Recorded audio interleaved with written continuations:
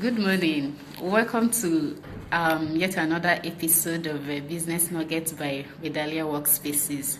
Redalia Workspaces is a co-working facility located at 43B Emina Crescent off Tony Street. We have fully serviced office spaces and training facilities that can seat 40 people.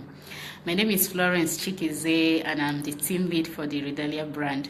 With me today is Jennifer Bekidemo Emahia.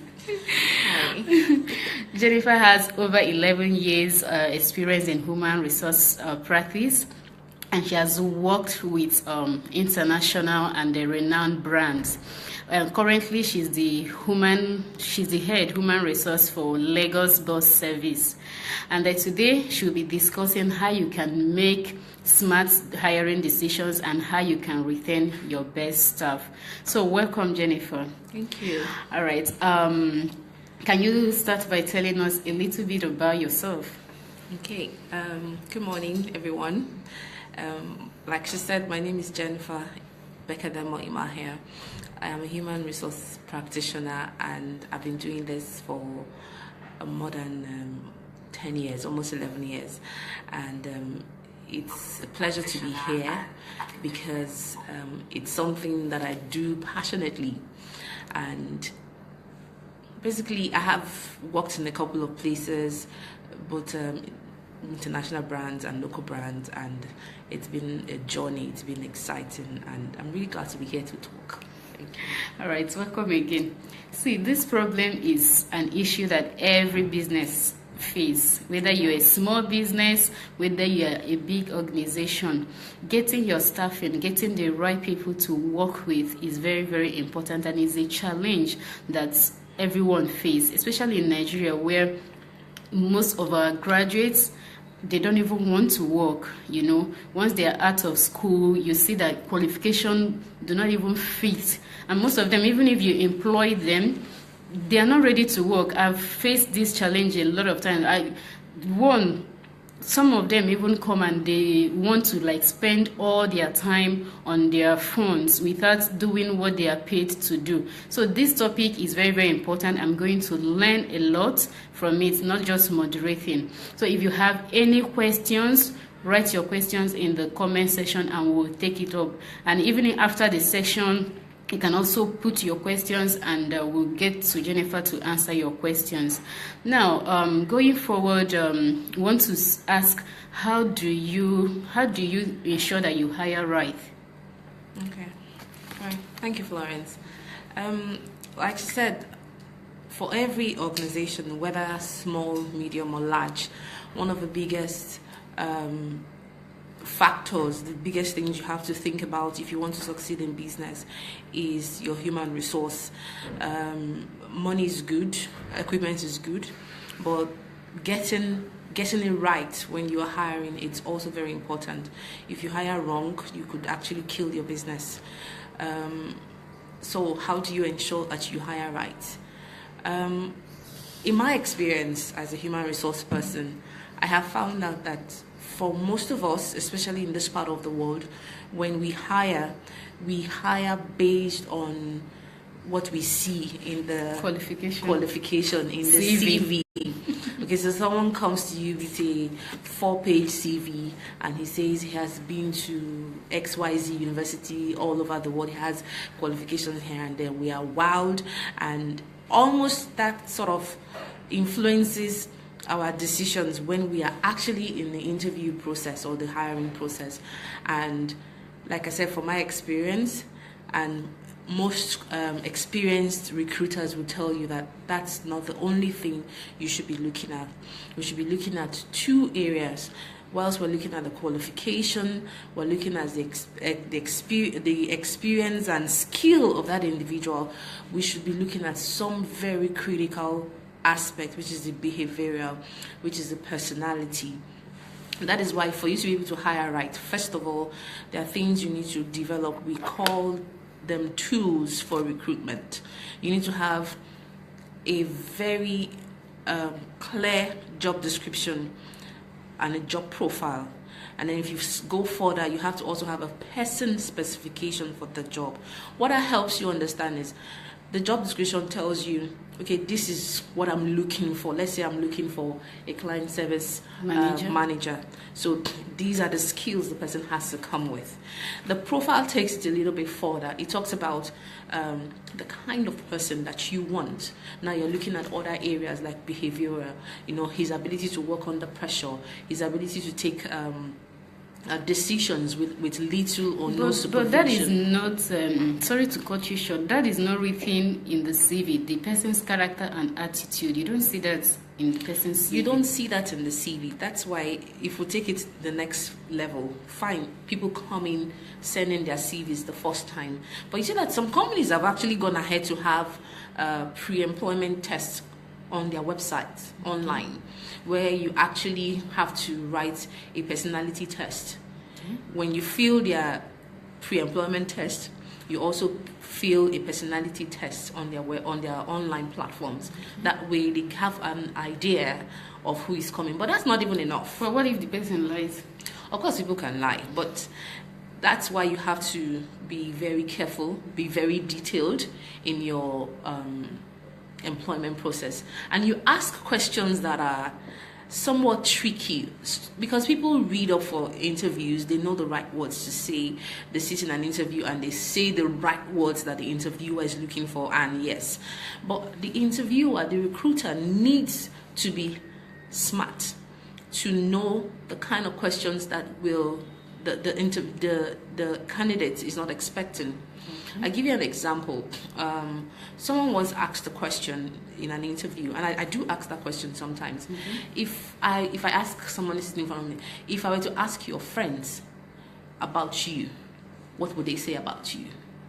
And they will say, oh, they say I'm nice, they say I'm generous, they say I'm playful. I say, okay, can we put your friend on the speaker phone? You understand? Because these are things that actually tell us about who the individual is.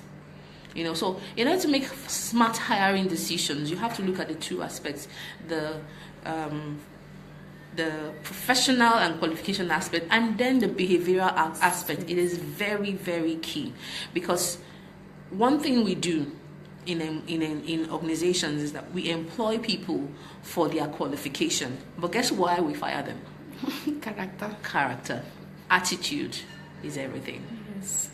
So in talking about how to hire smartly, I talked about getting your job description, I talked about your job profile, and then you begin to think about the best tools to use. I once attended an interview where the advert was on a newspaper spread, widespread. You can imagine how much they had spent on that advert, and there were like 2 or 3 interviews down the line, and at the end of the day, I didn't take the job because the offer was ridiculous. You understand me? So you need to understand what tools work for what kind of position. If you're looking for a certain kind of skill and you know that you might not be able to find it on your own, you might also want to employ the services of a professional recruiter. We have various online platforms, which I'm not going to mention because they didn't pay us. Exactly. If you want to be mentioned, come and see us privately. Absolutely. So there are online platforms you can work with. There are professional recruiters you can work with, and you can also work with if you have a good database in your system. If you have a website, a company website where you encourage people to drop their CVs, you can also use that as your sourcing point. But that's just the first step. The most important step is being able to source from your data, whether you got it in-house or from outside, the right people. Like I said, if you don't hire right, you will have problems. And if you hire right, 80% of your challenge in running your business has already been taken care of. Absolutely. So basically what you are advising is for startups, is it right for them to recruit by themselves or they should associate? Because I have to deal with the 3. I've had to go out there, put out the CV there and recruit. I've also had to recruit through referrals, and I've also had to associate completely. Which is the best approach? Well, you can't say which is the best because they're all good, both of them, whether you're doing it yourself. But it gets to, as a startup, there are peculiar challenges with the startup business.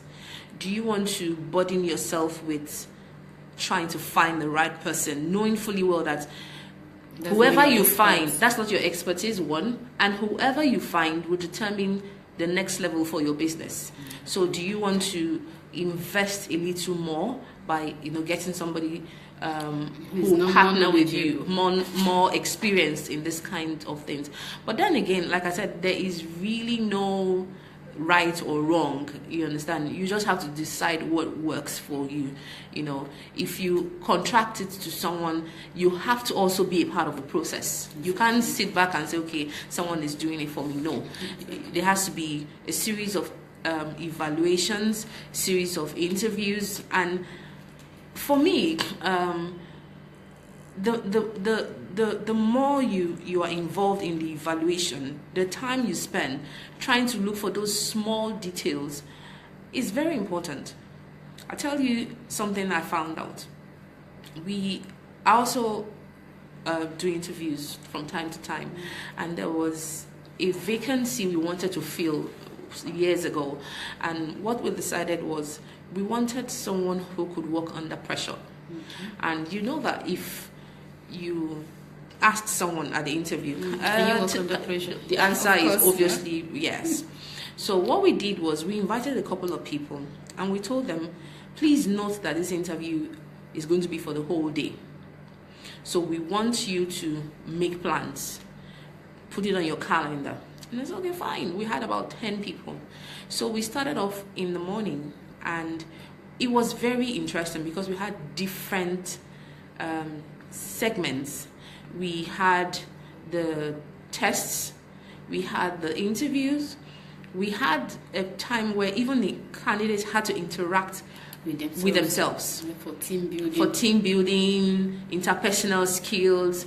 We gave them projects to work on. We wanted to see how they worked in teams. We wanted to see how they had leadership, skills. And there was break time, there was, some time for presentations. People were asked to make presentations. And I could tell you that it was interesting when we started. Very interesting. People were energetic, they were talking and all of that. But when it was getting towards afternoon, around 2 p.m. thereabout, we began to see people's real character. Why? Because time and pressure, energy has been dissipated, and then we began to see that some people were feeling like, this is getting too long. When are we going to go home? What is going on? And then people were not as intelligent as they were in the morning anymore. So what I'm saying is different styles, different approaches for different kinds of vacancies you're trying to fill. But what you should have at the back of your mind is look for small details. Look for small. I'll tell you why. Let me give you an example. Somewhere I worked a few years ago, there was this individual who was recommended. Another fantastic way, to fill or to recruit is by referral. Yeah. Referral means that somebody else knows this person, you trust that person's judgment. That's if they are not recommending their relation. Absolutely. Well, if you are recommending your relation and you are absolutely sure that this my relation can do the job, it's fine. You understand? But if it's just help my brother or my sister, that kind of a thing, no. So this young man was by referral, and the report was he's a fantastic person. I mean, he's this, he's that, he's blah blah blah.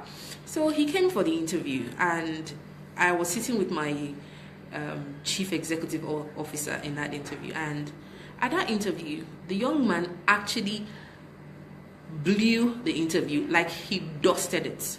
He had the right answers to every question. But I picked something. What did I pick?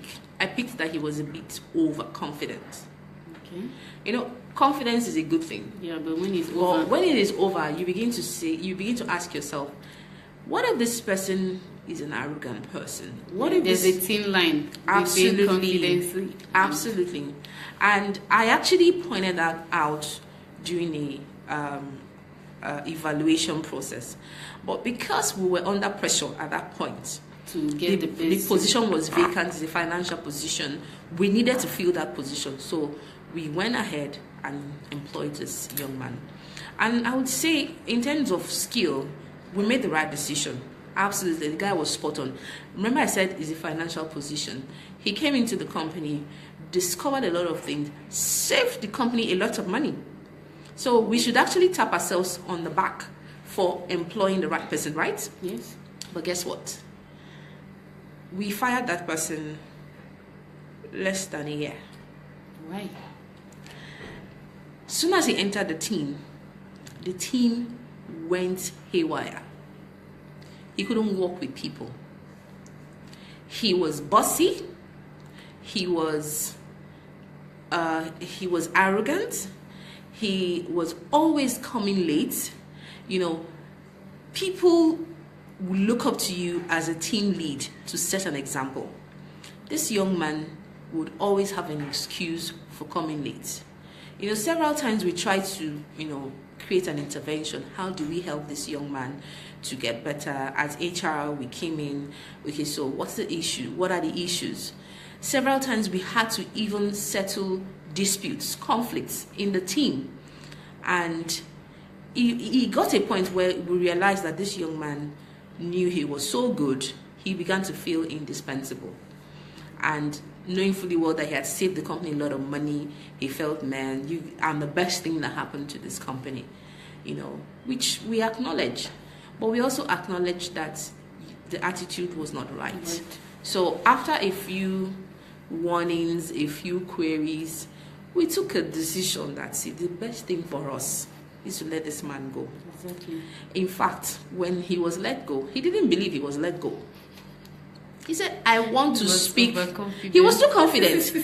I mean, I as the HR manager, was the person who informed him that we are sorry, your services are no longer needed. But this young man said, I want to speak to the MD. You don't know what you're talking about. Because he was so sure that the MD could not let him go. You understand? So that's an experience that I don't forget. How good this guy is. And I said to him at the exit interview, I said, look, young man, I like you a lot. You are fantastic. I just wish that you could just calm down and relax and you don't have to be troublesome. But he felt, some of us are not, people make excuse. We're not born that way. I'm a go-getter. Forget about it. And, some people actually make a case for that. See, as long as I am delivering on the goods, it doesn't matter if my attitude is not right. No. Because it's not about, exactly. It's not about you. It's not about you. You understand? People say it doesn't matter, just get the job done. I don't care whether his attitude is not right as long as he gets to go. Because one day he's going to embarrass you. Exactly. It's going to cost you much more than you ever imagined. Mm-hmm. So it's important that we always look at the behavioral aspect. If you ask me, what could we have done in that process before hiring him? Thank you. I learned about something that is very important. It's called vetting, or what you call background checks. Okay. If you had done something like going to the previous employers and asking for a character reference, most times employers will tell you the truth. That, see, this guy is good, but his character is this. You understand? So there are things to check on the background: character reference, qualification, because sometimes people actually come with qualifications that they don't actually have. Yeah. And because we do not take our time to go and check if these qualifications actually exist, that's one of the reasons we make wrong hiring decisions. And then finally, check for, I've talked about character, I've talked about qualification, and check about previous achievements that he or she may have claimed that I was one who was responsible for this achievement in my previous employment. So check for those. It will help you, have a picture of who the individual is. And I would also suggest that don't just get one previous employer, because you might get to a place where the individual was really liked, so the reports will be fantastic. You might want to go through the last 3 places that he worked. That gives you a better idea of who he is. Okay, so thank you, Patrick, Tigress, Emmanuel, Retan, Uche, and Johnson for joining. So if you're just joining us, we are talking about how you can make smart hiring decisions and retain your best employees. And this is being discussed by Jennifer Bekidemo. Jennifer just has it covered. She has over 11 years experience in this field. So don't just sit back there and watch us. If you have questions, if you've been facing this challenge, just pop your question in the comment section and we'll take it up from there. So going forward, Jennifer, what are the things, like once you've already made that good decision, what are the things that organizations have to put in place to, you've not made the decision now, what are the things you need to put in place to attract the right people to your organization before even going out to recruit? Okay, every organization has a reputation, and this is also good for job seekers as well. When you get an invitation or you hear about an advert, it's also important that you do your investigation. Try and find out about the work culture. Ask questions, go to their website, read about their website, read about information, and then try and find out from someone as young as a cleaner or a security person, how the people who work here, how happy are they? How is the culture?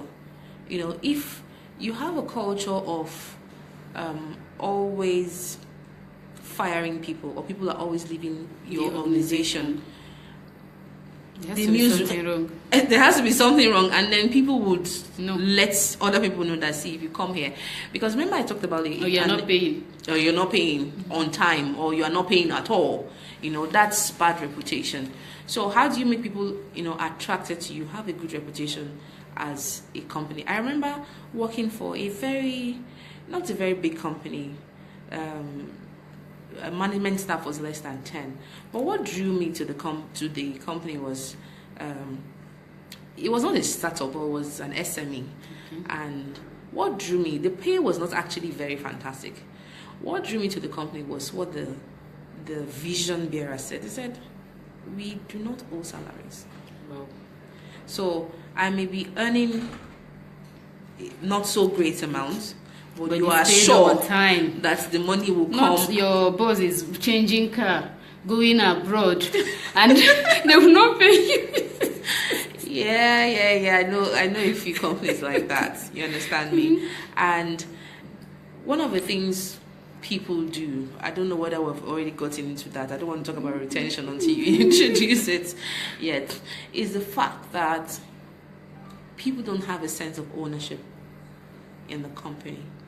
If it's as a startup, if you are open and transparent to the people who have decided to come and work with you to take your startup to where you want it to be, you let them know the vision, you let them know the timelines, you let them know what their own participation is, their own contribution, and you let them know what is at stake for them if we all succeed together. People tend to stick around. I have a friend who has not been paid. She's an HR person for at least 9 months. Wow. When I said to her, what are you still doing there? She said, I believe in this place. Wow. I mean, she's using her own money to go to work for a startup company who's struggling, but she believes in them because she's been told, she's aware, she's, on board totally. It might be tough, but when they all begin to reap the gains of that period, you see that such people easily climb up to become, senior management people. Yeah. You understand? So you need to be transparent. You need to let people know what is going on. If at all there will be delay in salary, Inform them. you need to communicate. For one reason or the other, we are having challenges, but we're doing our best to sort it out. We know how you're feeling. Empathy. Companies, employers have to have empathy, because people are giving at least 8 to 9 hours of their life to you. You might say, there are any needs. Okay, why don't you let them go and see how far you can do without them? Yeah. By yourself. So it's important that people have a sense of ownership. You have empathy. You have good reputation to attract people. People would say the easy answer is have a huge salary package. Well, it works to an extent, but it's not efficient, because I also know that I have walked away from a very lucrative, delicious looking offer. By the time I did my investigation and I heard things going on there, I said no. I want the peace of mind, especially for someone who wants, consistency. If you are looking to stay in a place, for a while, I met a young man and a few months ago, and we had a vacancy in my company. So I spoke to him. I said, how about you come work for us? You would enjoy it. You will get da da da da da da da. He said, I love the offer, but I just started 6 months where I am. Wow. Even though the pay is not fantastic, I want to achieve what I told the MD I would achieve before I leave. I told the MD that I'm going to do so and so for him. So I want to do that before even thinking about it. They're still good people, actually. Because judging from my experience, I was almost losing hope that there are no good people around. But what I'm seeing lately shows that there are still people who have human meekness in them, who want to deliver, who are willing to learn and work. It's just that you have to go through the right process in finding them and also putting the right things in place. So if you're still joining us, we are discussing how you can make smart hiring decisions and how you can retain the best staff. This is a problem everybody faces. Even if you say you don't have a company, it's not your problem. Tomorrow you may decide to start your own business, so it's better that you keep you sit down and learn. If you have questions, ask your questions. And thank you, Uche and Marcella, for joining. Okay, so now if you make a mistake, let's say you hired wrongly, how do you go about letting them go? What's the right way to let the person go? Well, for you to come to that conclusion that you have hired wrongly, you also have to be very sure that even as an employer, the problem is not you. Mm-hmm. Because if we were to talk about the things that should be, available for any employee to be able to function, you want to talk about the right environment. Okay. You want to talk about providing the right tools, So before you say, okay, this person we hired wrongly, you have to make sure that you have done your part as an employer. So once you are convinced that, okay, because using that case in point of that young man, at a point we felt, okay, perhaps he needed coaching and mentoring. Funny, he was employed for a senior position, actually head of a department. But as a way of, perhaps helping people who don't know better in developing their interpersonal skills, this fellow was recommended for training, for coaching and mentoring. He was put under a much senior person to coach and mentor him, in the sense that to help him work on his interpersonal skills. But he ended up fighting even the coach. Because he doesn't need to, he knows it all. Absolutely, he always knows it all. There was a particular day he had an outburst with the coach in front of younger employees. It was embarrassing.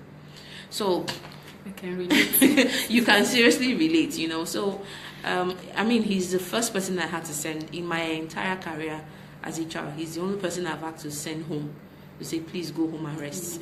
Because because how do you explain that you got so upset with someone and then you just lost your cool in a professional environment? You were using words that are unprintable. So how do you let people go? You have communicated with them. You know, there's a very interesting tool that we have in human resource, the performance appraisal system. Now, I prefer a performance monitoring system. Mm-hmm. That system helps you monitor and give feedback to your employees.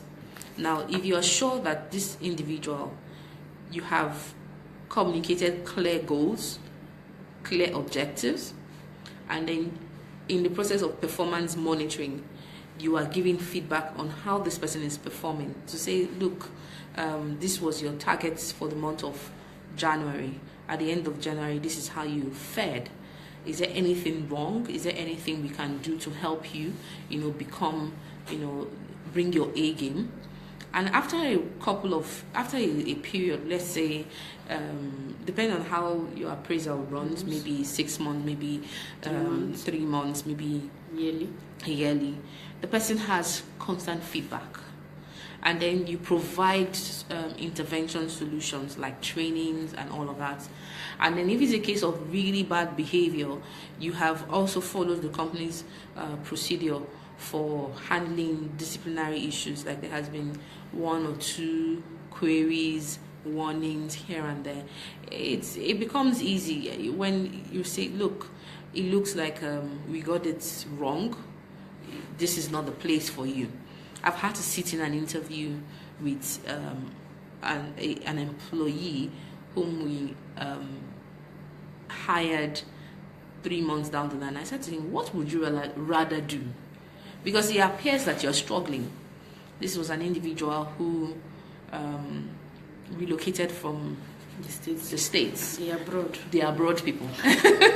So he was having quite a tough time readjusting to having to wake up, jump in the morning, traffic. This is Nigeria. So what I said, we tried to help. We had to be telling him how to set alarm. As human resource people, I'm telling you, as human resource people, we do a lot. You understand? We do a lot of counseling. Sometimes I said to him, that's so funny. I said, try and sleep early. Don't watch late night movies so that you can wake up early.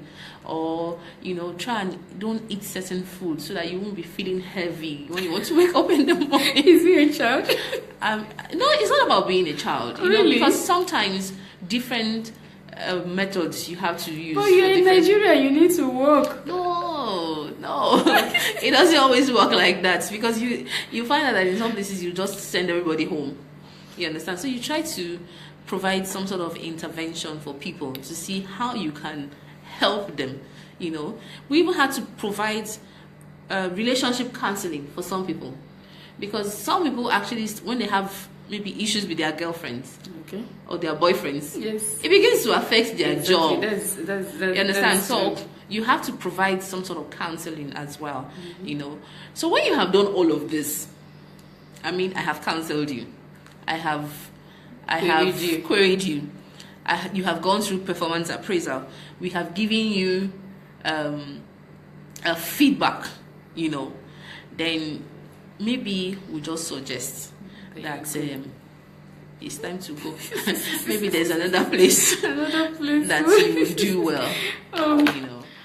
These challenges, every company faces it anyway, big organizations, but it's more prevalent in startups, because startups, they don't have the luxury, they don't have the money to pay for every role. So the question I want to ask is, how do you get someone to be committed to kind of multitask let's say you are hired for a client managerial position in a startup company, you know that your job is not just to sit at the reception. You have to be hands-on on other things. How can you make your team, your workers, be able to give in more? Okay, if there's anybody listening, I'd say if you have an opportunity to work with a startup, go for it. Especially when you have done your investigation and the people behind the startup have reputation. They know what they're doing. Go for a startup. Why? Because the startup builds up your muscles.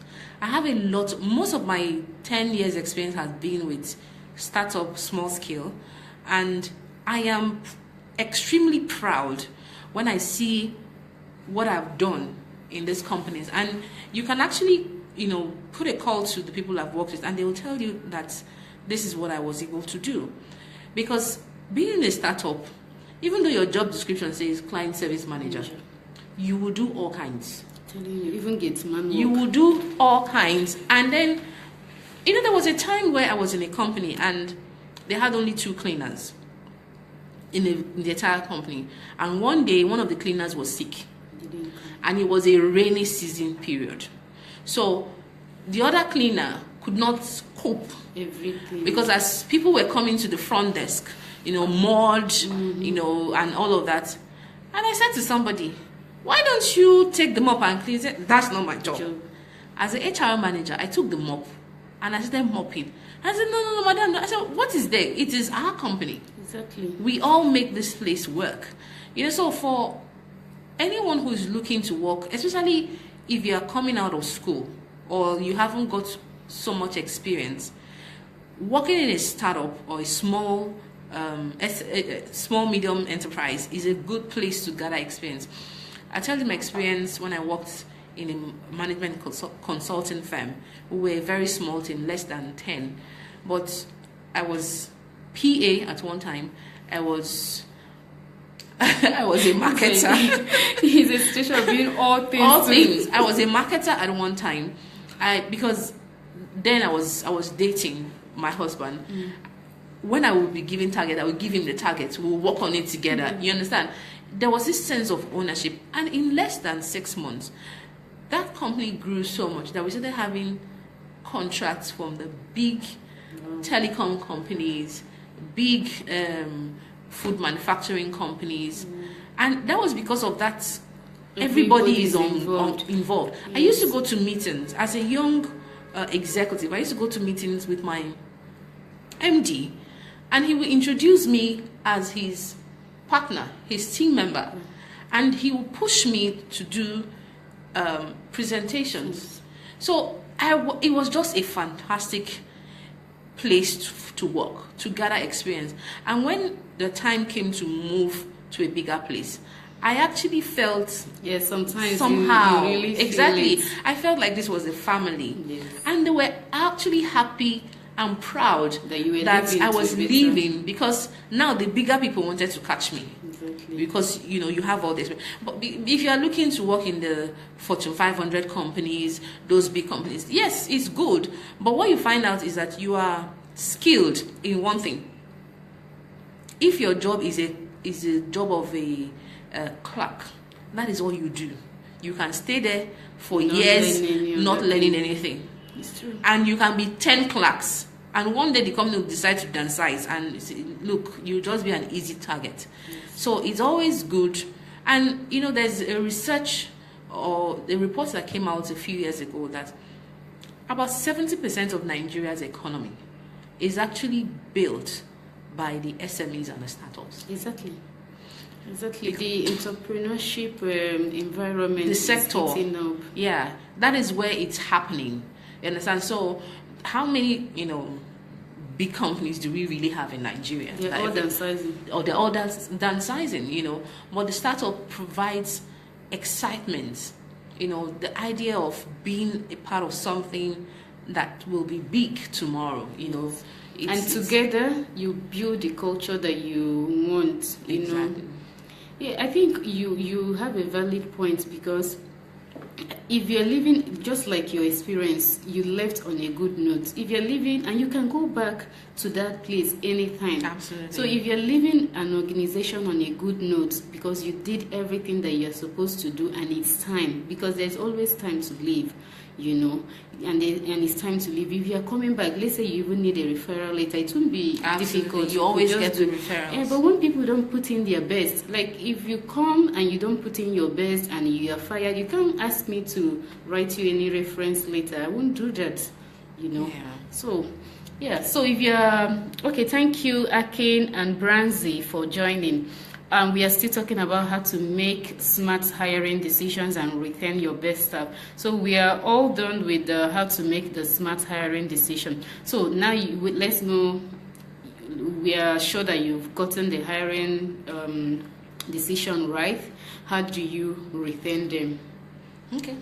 That there is an acronym or a guide that I would like to give out to retain your best employees, and is ARDE. I'll say that again, ARDE, and that means attract. A for attract, R for retain, D for develop, E engage. A for attract, R for retain, D for develop, E for engage. Why do I say this? Now we have talked about hiring smartly. You have attracted people, you have hired smartly. How do you retain them? First of all, you need to understand that employee retention is the heartbeat of your organization. It determines how healthy your company is. Okay. If you have people always resigning every 3 months, every 6 months, it tells you that something is wrong. It's either your culture needs to be totally revamped or your strategy has to change, you know. So retaining people, you have to make sure that the employee has clear expectation. There's nothing, I attended a conference and a fellow HR person, and she was lamenting, and I said, what's the problem? She said, I don't know what I'm doing. And I said, what do you mean by you don't know what you are doing? She said, I just go to work and I really don't know what I'm doing. I am moving here and there. Clear expectation. Now, some startups is sometimes not easy to, maybe as a CEO or MD, maybe you are even still trying to understand what you're trying to do. You can sit with the person and say, let us sit down and craft out your expectations. Don't expect that people will come to work and just know what you want them to do. There has to be a discussion. I make it a point of duty. If I resume in a new place, I sit with the MD and I said, what are the first 5 to 6 things you want me to achieve in 6 months? Okay. They may not even have anything planned. But that engagement helps me understand what it is I will be working on. And I say, okay, what are my long-term plans? They might okay say, what do you think? What do you think we should do? Then I go back and work on it. Okay. So there has to be clear expectations. There also has to be quality supervision. So the employee doesn't run haywire. He's going in one direction, meanwhile the company's direction is another. I had a conversation with one of our senior people recently about the strategic direction in terms of appraisal of our people in this new year. And he said, whilst it's important that we get our appraisal system running based on the job descriptions, we need to sit down and craft out what our company's strategic direction is. It is from that session we can now dissect what is everybody's performance targets for the year. So you can see that as a boss, as a supervisor, you also must also provide supervision so that people are not doing things on their own. And we'll talk about sense of ownership. For startups, some startups make a mistake of once they make small money, like you said, they start buying cars and traveling abroad, and you haven't paid salaries. That's not very nice. Not fair at all. Not fair at all. There was a time, I worked in a small company, and it was Christmas, and the managers, the management team at that time, they explained to us how that they are not able to pay us full salary.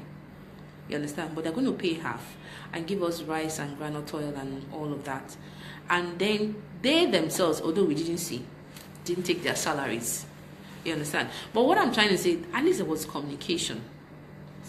You understand? There was communication, and as an employee, I feel that, okay, they are thinking about me, my ownership. And there's something I always let senior management know. In order to retain your best employees, always plan for random town hall meetings, no matter how big you are. It may be that you are a 1,005 or 3,000 man company. Have sessions with the people in the factories. Hear them out. Don't always say talk to your supervisor. You can plan it maybe once in 6 months or once in 3 months, where people just talk to you. The fact that they're even talking to the CEO or the MD, gives them this, I matter. So people have to have a sense of ownership in business, and let them make decisions. That, I give an example. I go for meetings, and sometimes I am asked to make a decision on behalf of my company. If I make a certain decision and it turns out to not be the right decision, what my company does is they actually back me. I say, well, it shouldn't have been like this, but you don't go out there and let the person know that he's working on his own. Yes. You understand? You start shouting, why did you have to do this? Why did you have to do that? No. Help the employee also discover his or her talent, his or her skills, potentials. Why do I say this? Okay, I worked with someone who was employed to do something, and we're thinking of actually going to contract, an external person to do something for us. And he said, can I try it? And I said, why? Why not? Go ahead and do it. And yes, with a little supervision, mistakes here and there, it was achieved. It was achieved. Now he's not just an officer for what he was employed. He has improved on himself on something else. So people should be able to do something that will help them discover who they are, their talents, their potentials, and then always give credit. You understand? If somebody does something that brings profit, brings good, let them know that this is a person who achieved it for us, and applaud the person. There's so many other things we can do. Treat with fairness and equity. People actually leave the organization. People actually leave managers instead of the company. Yes. Because they feel that this manager or this supervisor has not treated me fairly.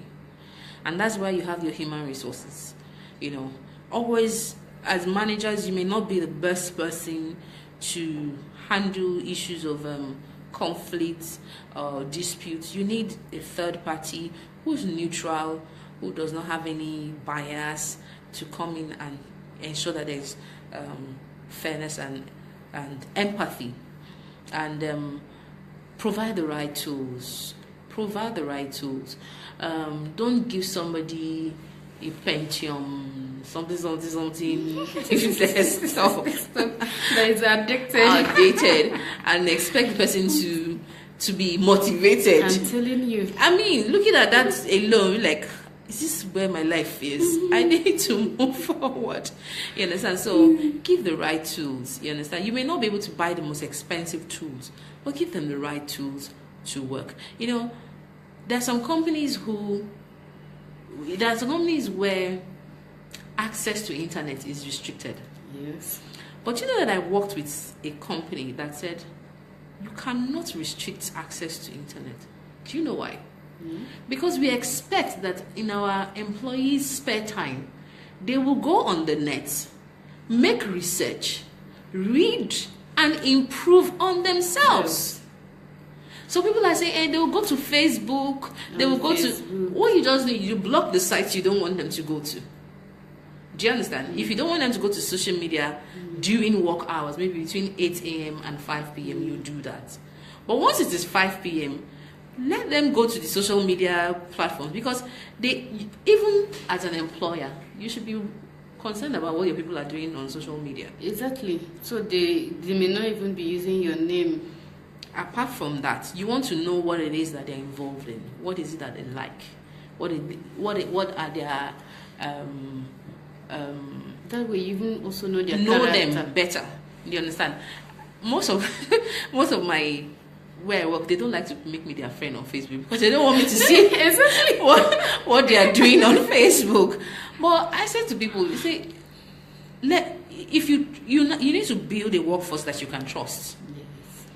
There has to be trust to an extent that you know that this person will represent. There was a company I worked with, and for a long time you wouldn't see me on social media because it was a security company. So even when I was on social media, I mind the things that I was posting. You understand? Because that is where I was working. You understand? So you shouldn't put restrictions on the internet. You understand? Let people use the internet to develop themselves. There are free online courses that your people can go and take, especially for a startup that you know you don't have money to send them on training. Exactly. Encourage them, go online, look for training courses, do those training courses, and you'll be amazed how much value they'll bring to your company. Yeah, you can even also communicate to them. The reason why I'm giving you this internet is this. Make sure that you do this, and let there also be a return feedback where they come up and say, okay, what have you done? How have you improved yourself? And they can say, I learned this, I learned that. That can be done, right? Absolutely. Yeah. So Atkins said that he agrees with you that there needs to be there's a need to have a scheduled town hall meetings quarterly or at least twice a year with the entire team in a certain organization. Yes, when you're big, you forget your little beginnings and nobody sees you. Your office is always closed. Nobody can talk to you again, and that's when things start getting spoiled. So we're almost done. So you just mentioned the things that are not monetary that you can use to ensure that you can use to retain your best self. Okay, I don't know if there's any other one that you missed. Okay, I think just one or two more. Employees should never feel threatened. Unfortunately, when it comes to companies in this part of the world, startup or what we call owner-managed or one-man businesses, employers tend to let it get to their head and feel like, you see, I can fire you at any time, or I can deduct your salary at any time. Employees should not have to feel that way. Even if you are going to take certain decisions, they should not feel threatened. I used to have a friend who would say to me, when I wake up, I think of going to work. My heart just skips. No, it does happen. You understand? But I've worked in companies where when I wake up, I can't wait to get to the office. Because there's a lot I want to do for that day. I mean, at the end of the day, when I go through my to-do list and I realize I've done so much, I feel bad. That is how people should feel. Because there is an environment that is conducive for them. And then talk about growth opportunities. You understand me? Startups should not put too much boundaries in their career path, where somebody who comes in as an executive, it should take him 15 years to become maybe a management staff. Let the person know that if you do so and so and so, after a while, you become a supervisor, you become an assistant manager, you become a manager, a senior manager. You understand? Let them see a career path. You understand? And lastly, let them know that they are appreciated. Write them. Every Christmas, I used to write letters or emails on behalf of the company to everybody, thanking them for a job well done. How many companies do it?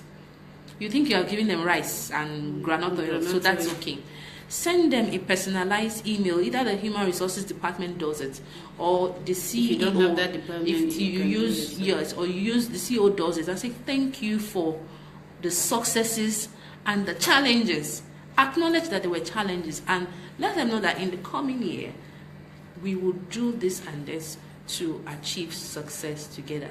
Appreciate people's input. You know, it's not about money. If you are able to give people money, fine. But if you're not, give them something interesting. Do you know that some of your employees have never spent a night in a hotel? Do you know that as a way of appreciating somebody, you can pay for that person's, him and his spouse, to spend a night in a hotel where they'll have comfort, eat nice food, and that's a way of saying thank you for what you do, as against, I don't have the kind of money for salary increase, I don't have a car to give to you, and then reward your most loyal employees. I say that it's very important. One of the things that I crave as a management person is loyal employees. I tell you in closing is, a colleague of mine where I used to work called me and said that she wants to go abroad for a year, and she put in her resignation, and the company rejected it. Wow. And they said to her, go abroad, do whatever you want to do, we'll give you leave of absence, you will come back, and your position will still waiting for you. Oh, wow. That is when you have somebody who is loyal. I tell you, when we employed that lady, I didn't really, for some reason, I didn't like her. And if she's watching this, she'll be shocked. I didn't like her because I felt that we didn't need that kind. She didn't have the experience for the role. She had some experience, but not as much experience. But she was persistent. She kept telling me, I will blow your mind. I will do this. I said, okay, blah, blah, blah, blah. Eventually, she got the job. Blew your mind? Did she blow your mind? She did. There was a day, she's a mother with 2 kids. There was a day her children had to be brought from the crèche to meet her at work. She needed to finish what she was doing. The kids were playing around with her.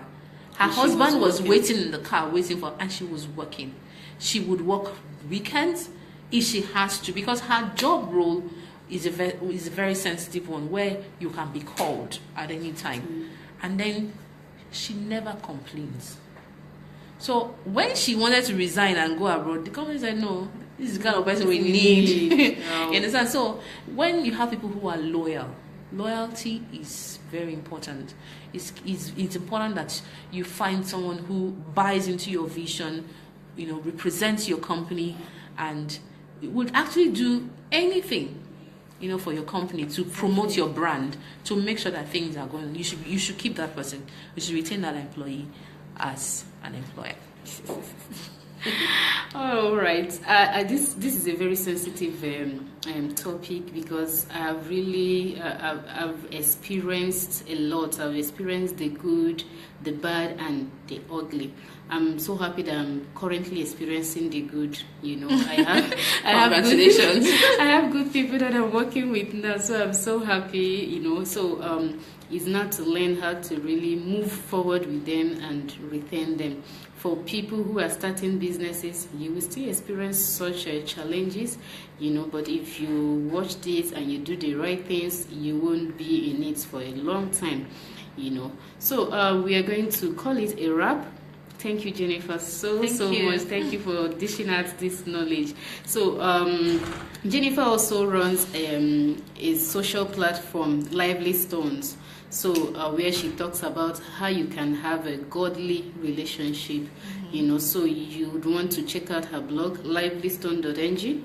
Livelystones.com.ng. Yeah, livelystone.com.ng. Follow her up, and if you also have questions, do where to ask, and we'll direct you to her. So we are still coming live to you from Redalia Workspaces. We're actually coming live from Waripen, and pop in and see what we are all about.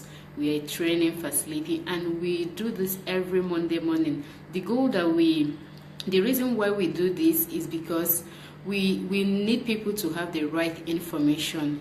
There's a lot of information out there, but which one is right for you?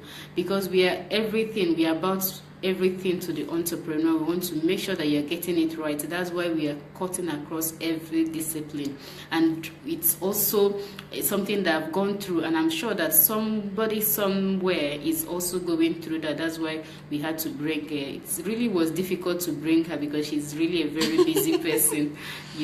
So thank you, and we look forward to seeing you next Monday, and bye for now. Bye.